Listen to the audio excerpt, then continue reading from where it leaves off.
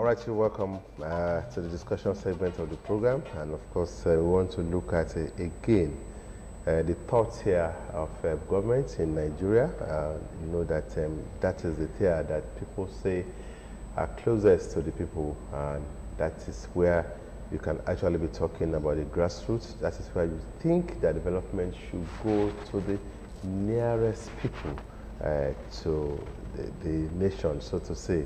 And that is talking about the local government. A whole lot of issues surrounding this local government has been on the front burner for some time. There was a time people are saying they are no longer relevant. There was a time people that are actually entitled, involved with administration there are saying that they will continue to be relevant if their allocation actually gets to them directly, and the people of the local government headed by the chairman are allowed to do their job. Now, the latest one is the debate on the plan to delist the local government from Nigeria's constitution.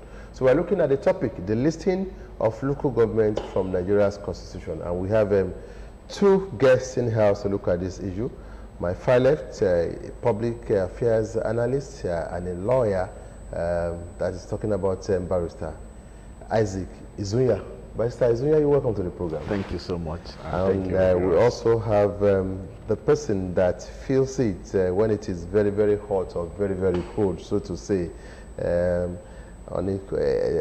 is said that he that wear the shoes, where it pinches, so to say. So, Comrade Ayuba Olatunji, the president of NOLGE in Ogun State, that is the Union for Local Government Employees in Ogun State. He's also here with us. Comrade Ayuba, you're welcome to the program. Thank you so much for having me, and good morning to the House. Okay, Comrade Ayuba, you're welcome once again. They said that the bill has passed 2 sittings, and it was done privately. Delisting, what does it connote? Because we don't know what it will mean if a local government is delisted from the tiers of government. Thank you so much. Anyway, the word delisting may have several meanings to several people.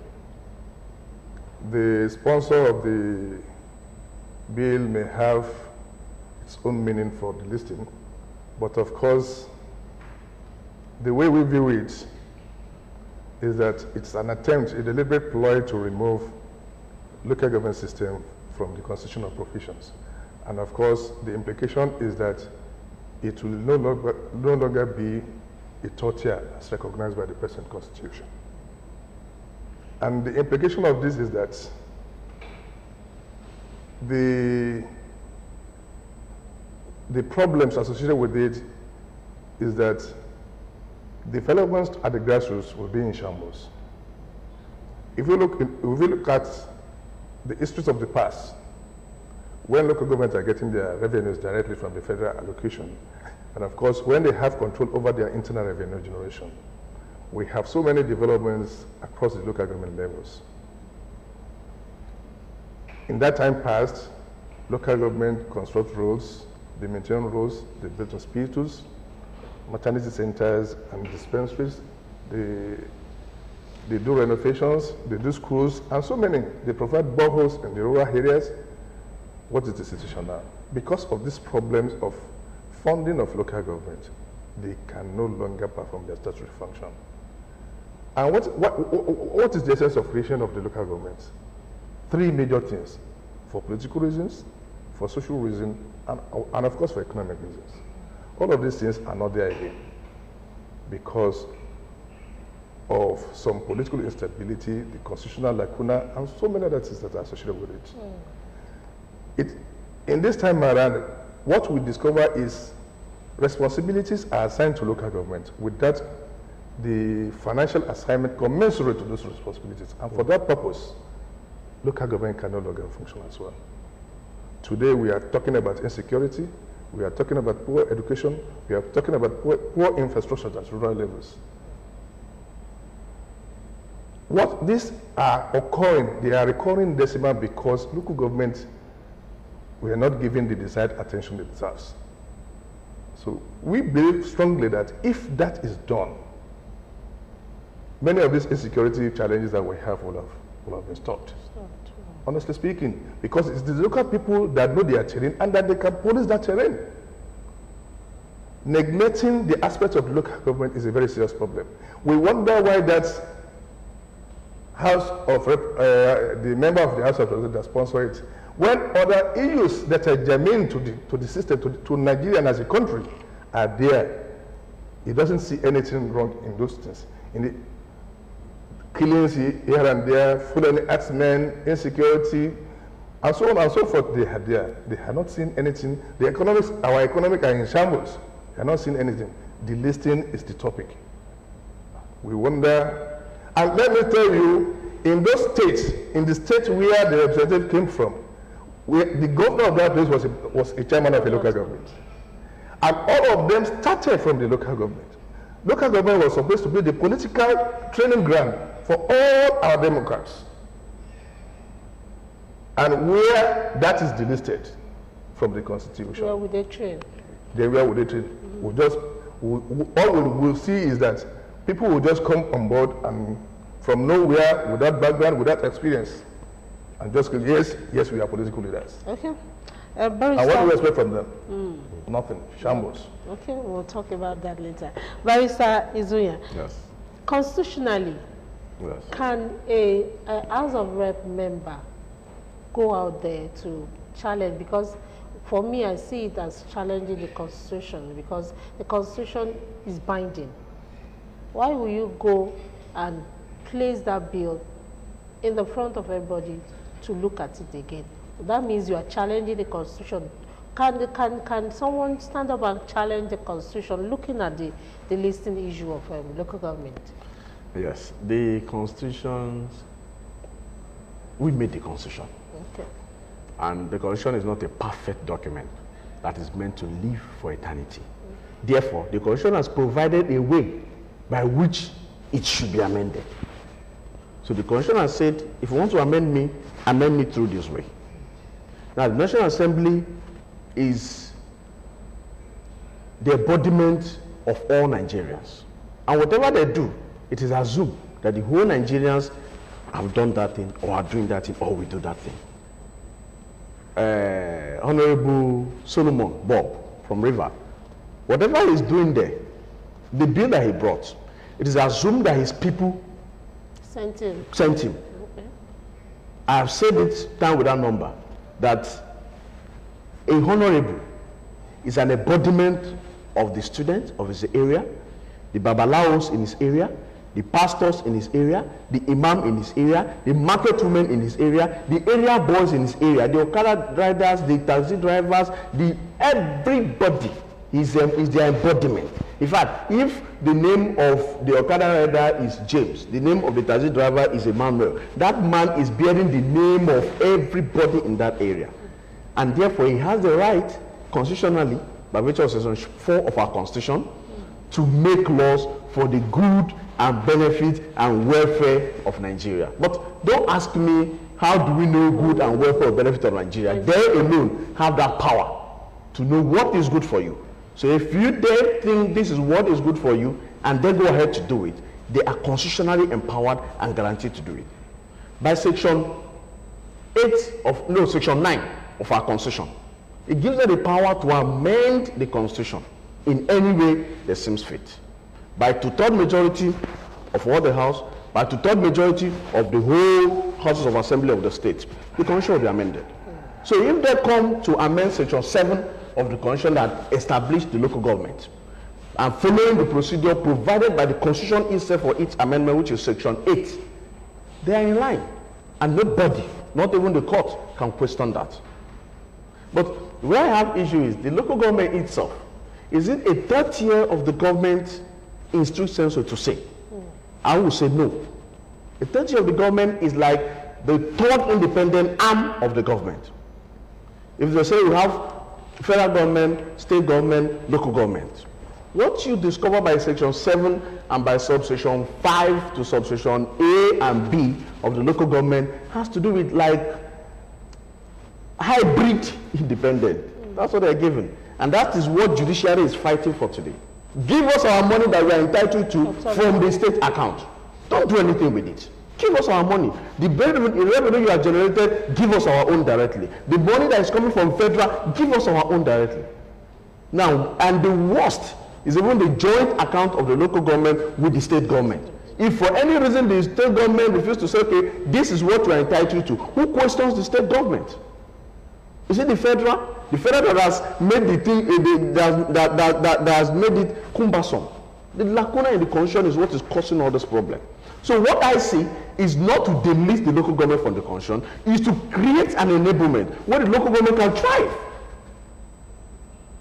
Just like the president has said, I was watching Nigeria Idol, and everybody that has hitherto come there to sing always say I was a chorister in my church. As their local government. In their church. And I have seen them sing very well and applauded and given the golden ticket. Everybody had said I was singing in my church as a chorister. That is their thriving ground. That's where they practice, that's where they use our church song to practice the bad plays, the good plays. That's where they beat all their voices together in order to have a purified voice. So that's why they beat all the politicians together in order to have a purified politician. That's why you have the kind of politician we have these days. Professor Olumbo said he campaigned in the whole territory, but his opponent came one night and distributed money and won election. He now said Africans are moved by their stomachs and not by their brains. So we should begin to see a way to assist the local government for our own benefit. I cannot live beyond 100 days in this place. I will go. But what are we leaving behind? There's a version of the place I read in the Bible that said, a generation that had come knew not God. The persons that were responsible for that generation that did not know God were the outgone generation. So as we are going, what are we leaving behind for the persons that are coming? What are we leaving behind for the jet age of the children we are giving birth to today? Are we leaving them analog system for them? Are we leaving them to battle with the lacuna created by the constitution already? If you watch the local government, the reform, and the military, the reform, the 1979 constitution, it has not assisted the local government in giving them that. It's just in 1999. It has not assisted the local government in giving them that autonomy to thrive. And once you don't have that, you keep having this conflict. He that pays the piper to take the tune. You keep having according to that section, it said the allocation of the revenue, the public revenue will be given to the local government. Through who? And you now say there's a joint account of the local government with the state government. And nobody questions the state government. So why don't the way you allocate the money to the state government directly, allocate that of the local government to them directly? Let's now see the state governor that will come and put his hand into the purse of the local government by fire, by force, and collect their money from them.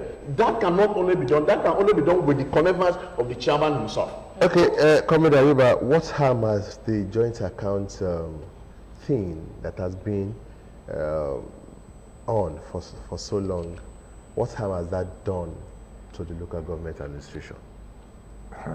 Let me sincerely tell you, it has done very, very, very great harm. It has not in any way assisted local government in surviving. In all the states? Virtually in all the states. Because with exceptions to probably 1, 2, or 3 states. Okay, because this thing is not just starting. So one now wonders, when this move was coming into the picture, why should NOGE not shout? Why should they not go on strike if they have to go on strike? It's because it's looking as if it was like all the state governors, because they will benefit from it, were supporting it. Eventually, it came into so many states. So let's go on. Yes, let me say the struggle for autonomy for local governments has been on and on for over 3-4 years. Okay. And NOGE has been in the vanguard of fighting for this autonomy. We have done series of rallies, we have written series of letters, we have done public rallies, we have involved civil societies, organizations. We have done a number of seminars. We have gone on and on the clear strike in this respect. But but all are to no avail. You see, what the respective governments are relying upon is what the barrister have said. There is this lacuna in that constitution, and that is contained in section 162, wherein all funds of the local government of a particular state will be put together, and of course is to be administered by the state government. It is like giving one person a food and taking the other hand, or using the other hand to take it back. Section 7 guaranteed the existence of local government rights. But the same Section 7 now conferred the power on the state to administer through the state law. It is this state law that they are passing, that the governors, the respective governors or state governments are now using to usurp the resources and the powers of the local governments. We have continually meet with the federal government, meet with the Senate, meet with the Assembly. In fact, the last September 2011 or 20 what, that was done, all of the masses wanted local government to be autonomous. But what is the thing? Lacuna of the Constitution that now say if they want to amend, when the Senate and the House of Rep passed it, it must even come back to the states. To the states. To have 2/3 of all.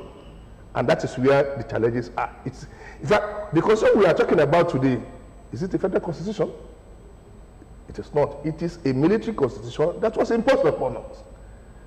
And because respective state governments are now benefiting from it, they find it extremely difficult, and they have the one way there to lobby their way out.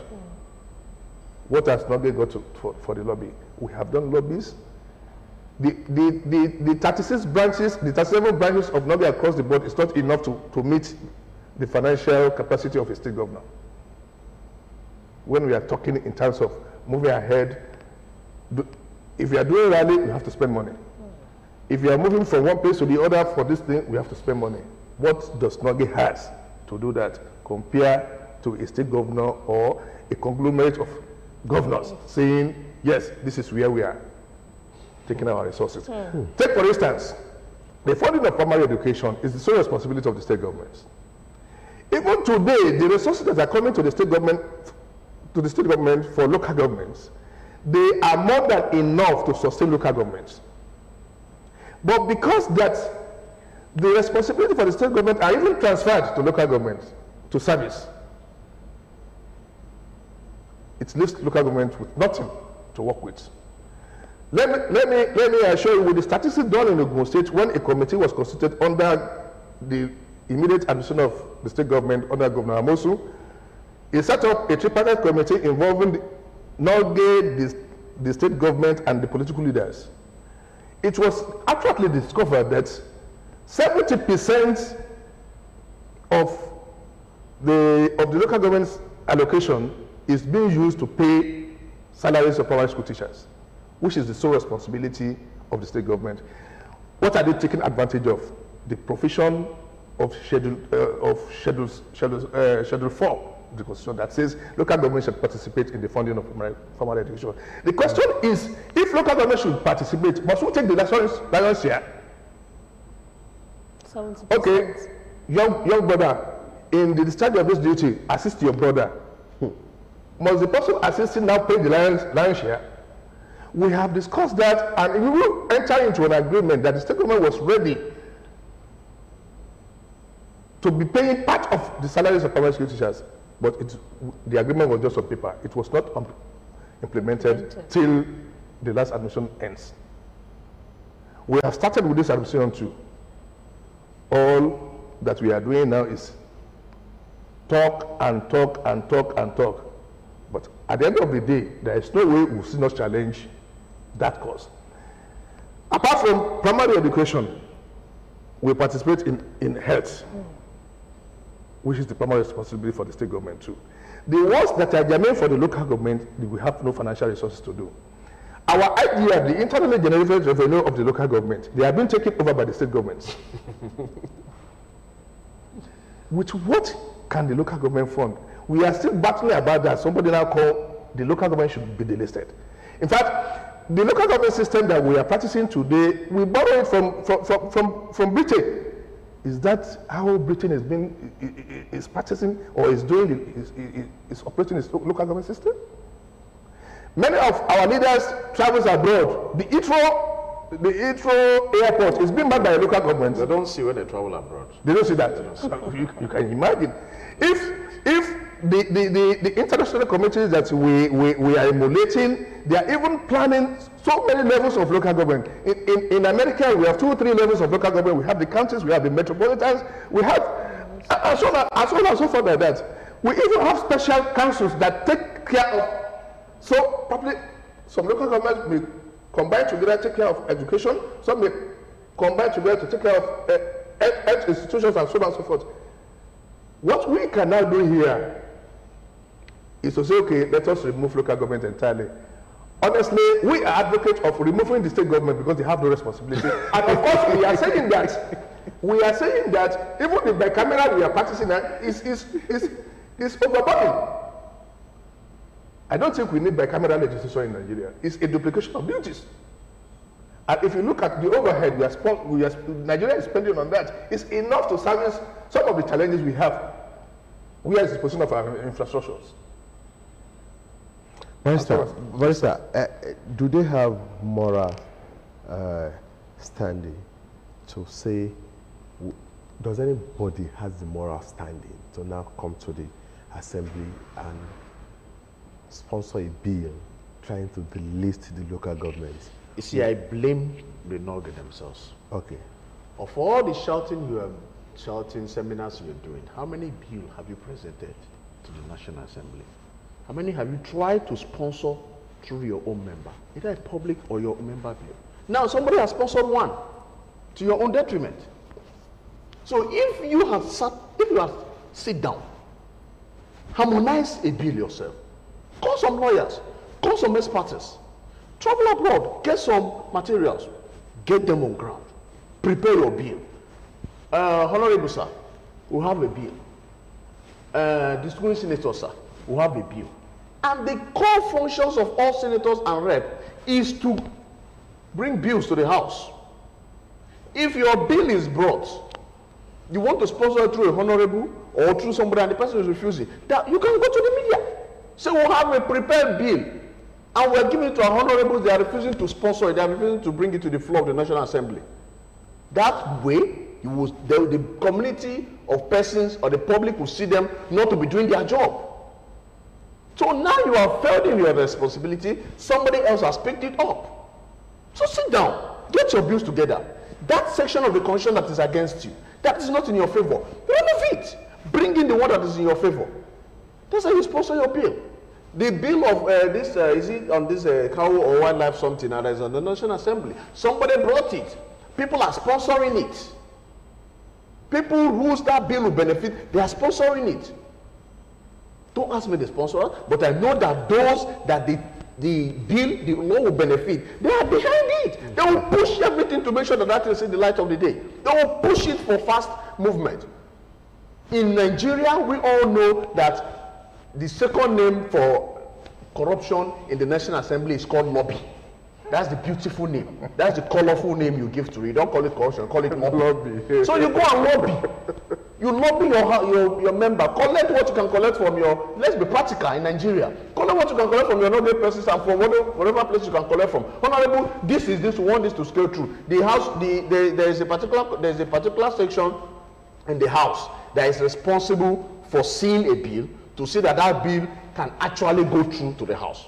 Now, almost all bills die in that place. You push it up from that place. Let your bills go through. Once it gets to the floor, it hits first reading. You know that you're up for something.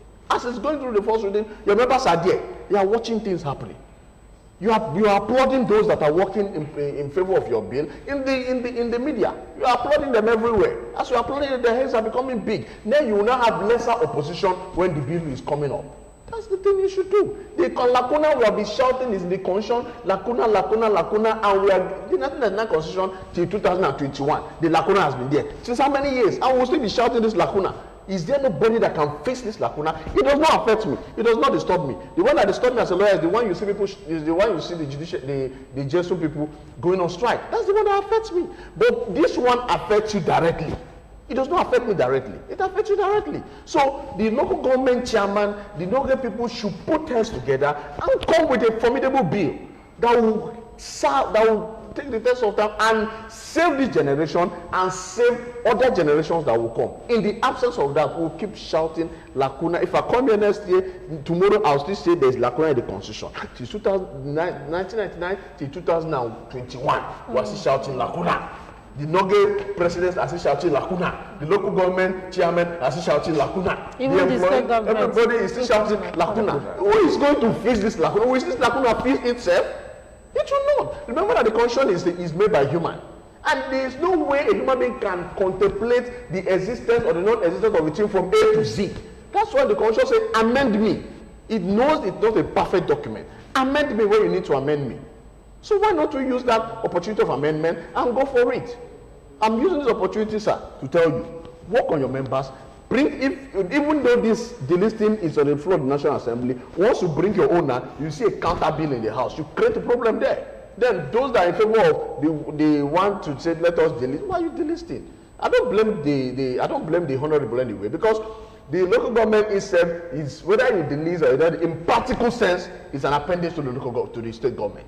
It's just to formalize it on paper and in law. But in a practical sense, it's an appendix to the state government. That's what I want to say. Okay, looking at the situation of the local governments, where they are practicable, well, not functioning, so to say, because of what those who think they know have made them, so to say. Sorry, sir. You see, the local government, the intention and the spirit of the constitution is pure. Okay, yeah. It is pure because the constitution feels that you should assist this person. But this person has its clear role to play. Don't touch his role, but assist him when he needs your help. That is the spirit of the constitution. And because of the kind of leaders that we have these days, because of the political norms, the dictated political norms and values that we have incorporated into our being, that has become part of us, we no longer see ourselves as persons that will assist that child, local government, to come up. We now, instead of bringing up, we are now pressing down the local government. Because it has worked before. So now that you see that people are now pressing down the local government, trying to strangle it, what do you do? Save the local government. Assuming the local government is a human being with arms, with muscular arms. Now, when all of you don't go, when everybody will be shouting, independent, independent, I'm telling you, the local government to stand in your presence and say, so you want to watch me die, and you'll be talking independence, independence. Do something to save me. So, yes. Let me first make a clarity on the submission of the barrister. One is that we are not only shouting, we are not only organizing seminars and here and there. we are also lobbying. We are not only lobbying as well. But I remember vividly between 2015 and 2016, we sponsored a bill. The bill was killed along the line. Honestly speaking, you see, to sponsor a bill at that level of either Rep or the Senate, you know what it entails in Nigeria today. So the bill was killed. Today, while we are shouting too, we have hired some professors, we have hired some lawyers to be doing that thing. But while we are doing that, they may go ahead, even without public hearing, and pass it and take the third reading. And that is the shout we are making now, while we are doing that on the net. We are making efforts to present another bill because we want to modify the one we initially submitted. Resurrected. So we are doing that along the line to do justice, to bringing back the lost glory of the local government. In practical terms, let me say that if local government is displaced, like Barrister said, I want to disagree with that it's not affected. We are much more affected. All of us are affected. Anywhere you are, you still go back to a local government. But it's affecting directly. No, anywhere we are, it's affecting all Nigerians. The level of affection might differ. So then it's going to affect virtually everybody. Look at our various areas today. Expansions in various communities, in various towns are moving down the rural areas now. Yeah. What is the position of our roads? What's the position of our drainages in those areas? What about the link roads that are supposed to be constructed and maintained by the local government? Yeah. Can they do it? Because they don't have So the capacity. all of those things have indirect impact on virtually everybody.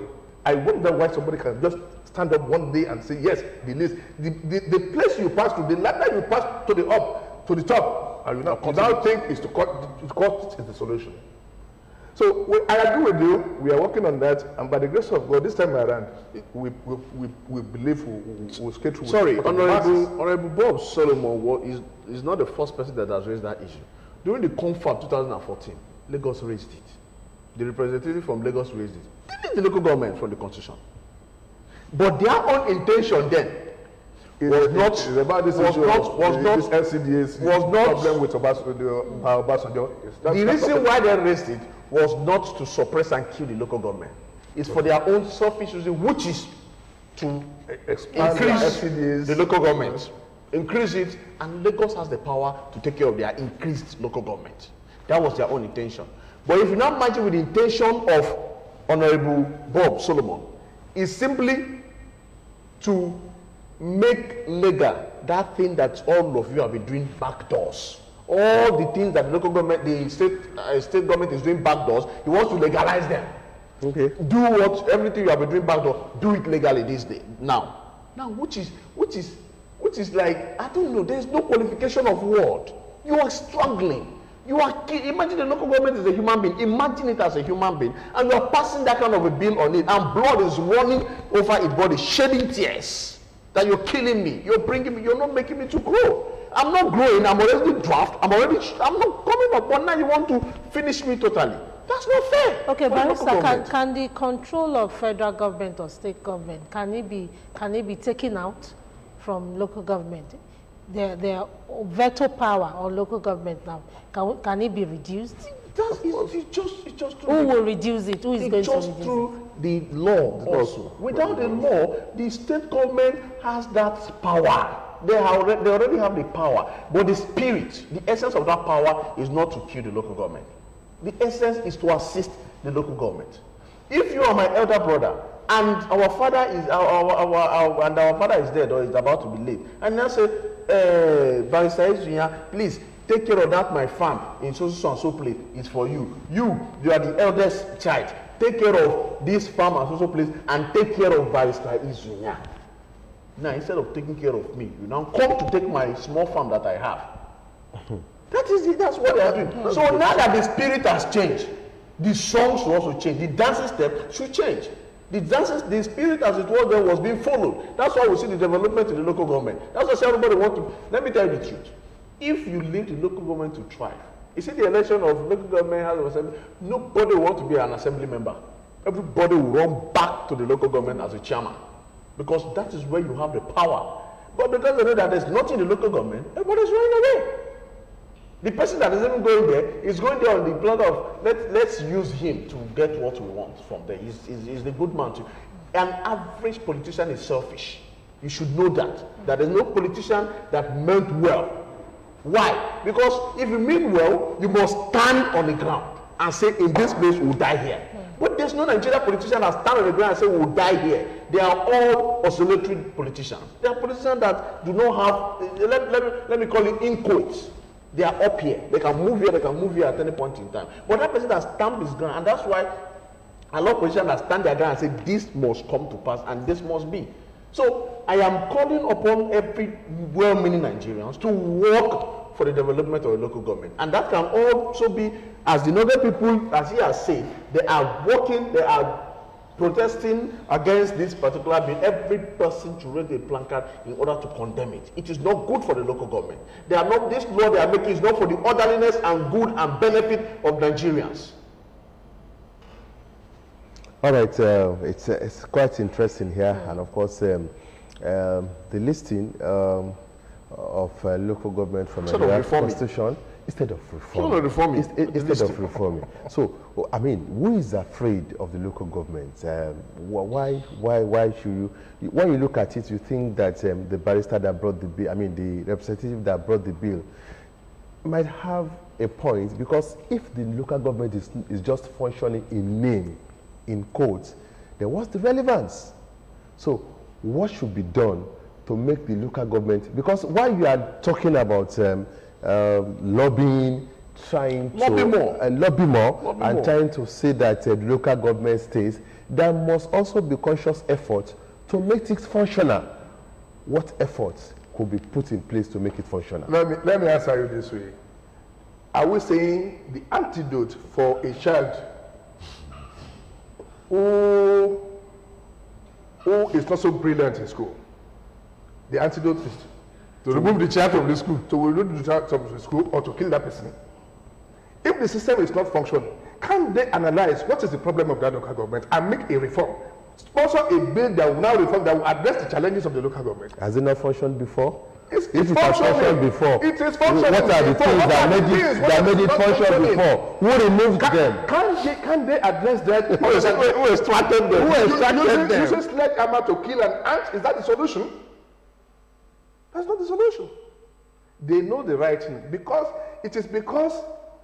the people that are feeding fat on local government, they are the ones that are sponsoring these people to go and sponsor that bill in that.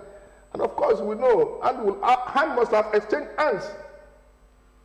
Let me say that the way we are saying here, even in the River State, in a state where it's supposed to be representing the entire state, they are crying out about its bill of the destiny local government, even in the River State. So who then is he representing? He was sent to do justice to the people, to go and sponsor a bill that will impact on the welfare of the people of River State. What is he sponsoring? He has brought it. It is for you to say it is not your welfare. What is he sponsoring? So when the people is representing and are crying out about his bills, then who is he representing?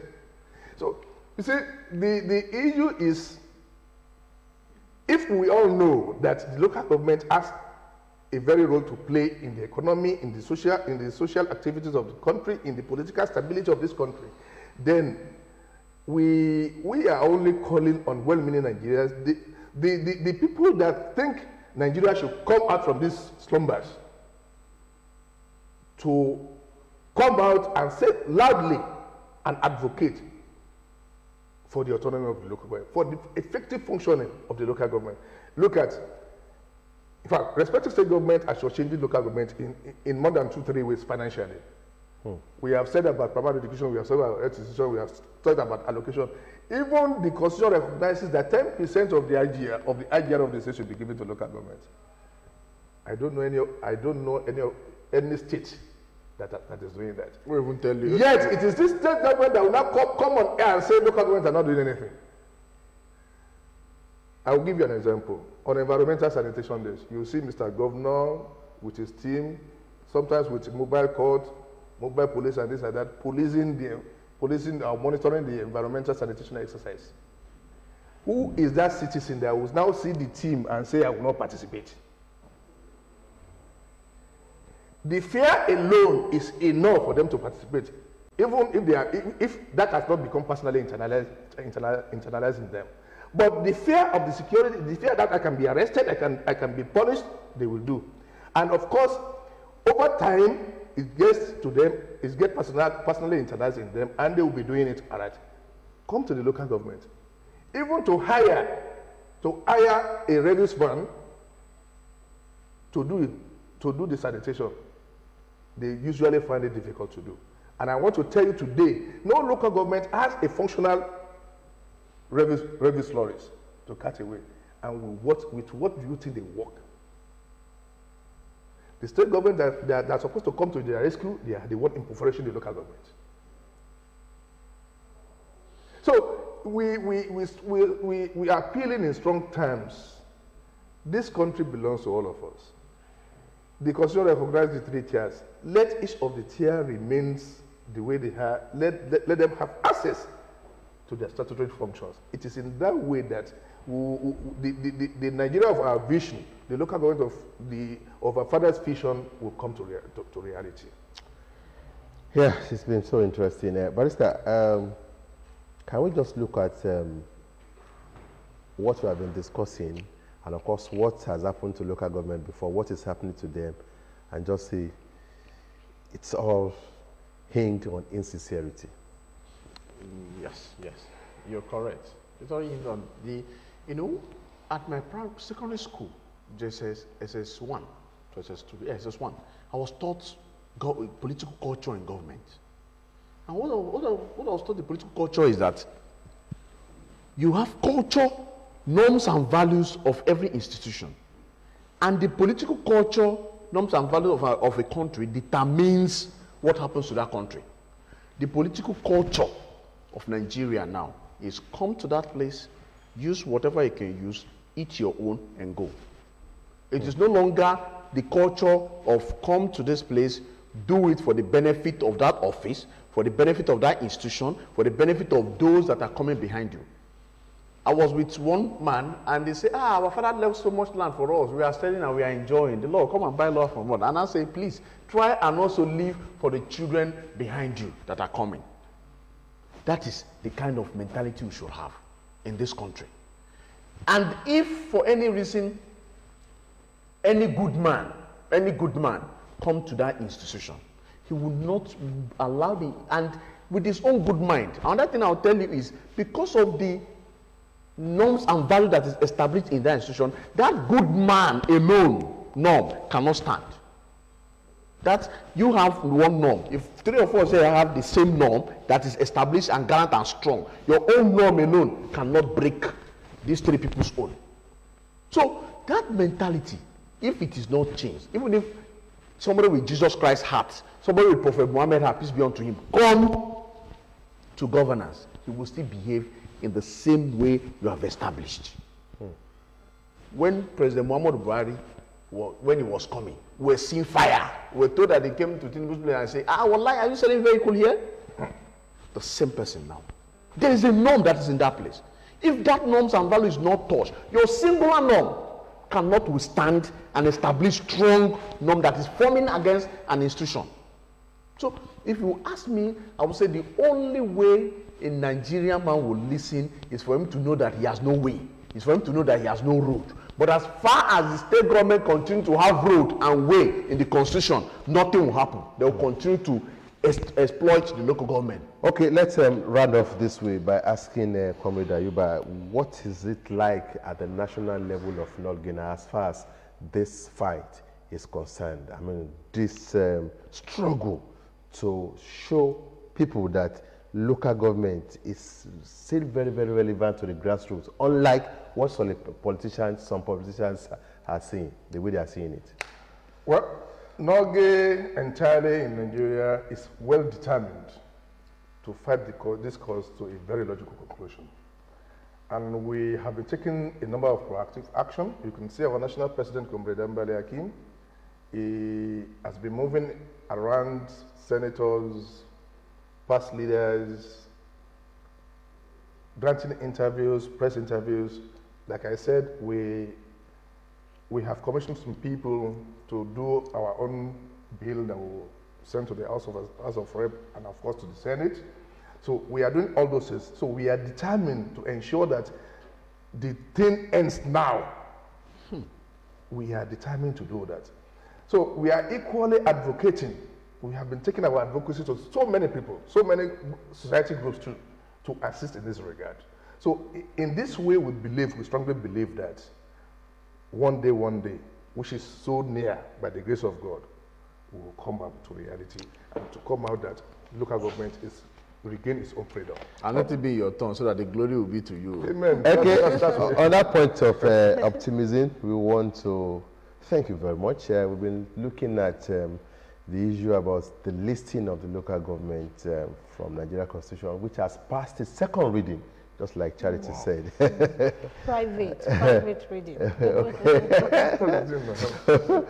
All right, and of course, not minding a kind of controversies, the way it was brought to the floor, where it was brought to the floor, whether it was in public or in private, it has been emanating lots of reactions. Even the Norgay, nationally and across the state, are not just sitting down watching events unfold. They have taken the bull by the horn.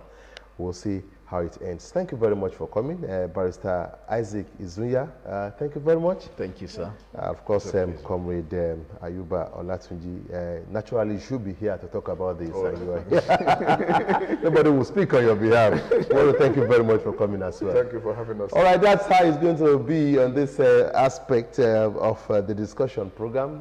The program continues. We just allow Barrister Izunya and Comrade Olatunji to take their leave. They will be back with another set of guests.